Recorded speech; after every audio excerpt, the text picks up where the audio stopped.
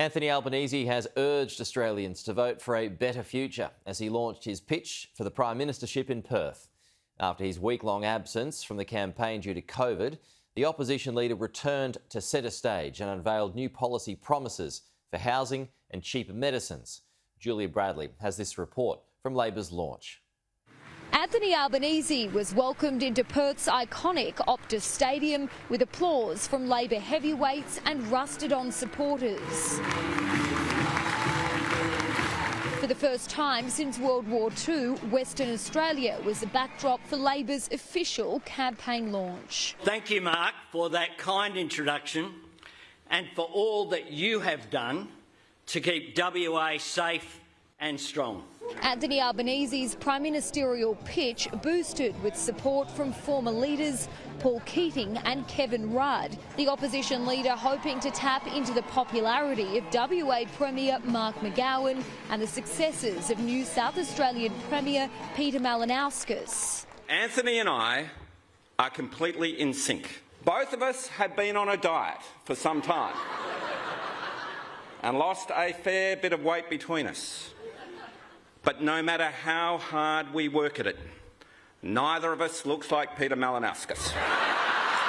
Mr McGowan, who presides over the Australian state with the lowest unemployment rate and whose tough COVID rules earned him a thumping state election win last March, took aim at Liberal Party preferences. And can you believe that after all of that, the Liberals would still do a deal with Clive Palmer? To be that desperate and blatant, it's an insult to every Australian, and especially to every Western Australian.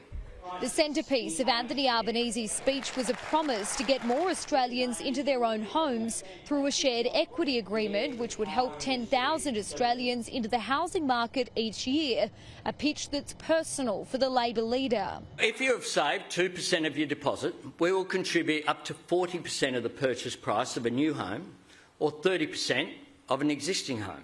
They're looking to make money out of this. Like, they will have equity in your home.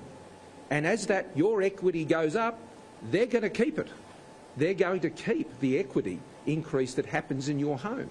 Continuing Labor's quest to supercharge the electric vehicle industry, announcing Labor would invest in charging stations across the country if elected on May 21. That means you'll be able to drive an electric vehicle across the country, from Adelaide to Perth, from Brisbane to Mount Isa.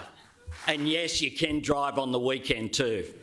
The Labor leader also promising to ease the gender pay gap by making gender pay equity an objective of the Fair Work Act.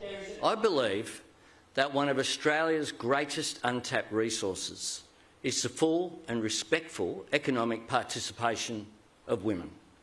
If you want to represent the whole country, best not to leave more than half the country out of it. One-upping the Coalition's pledge to cut the cost of medicine on the PBS, Labor would do it by $12.50 per script, $2.50 more than Morrison's commitment. Anthony Albanese's launch included his vision for a better future, but his pitch also included personal attacks on the Prime Minister's past performance. Here's what Australians do know. They know he failed on bushfires, and they know he then failed on floods. They know he didn't order enough vaccines and then didn't order enough rapid antigen tests. Whenever Australia needs a solution, he offers only smirk and mirrors. We can do better than this, so much better than this. With 3 weeks until voters head to the polls, it's no surprise WA is front and centre, with several marginal Liberal-held seats firmly in focus for Labor. Anthony Albanese's campaign will now return to the Sunshine State. Julia Bradley, Sky News, Perth.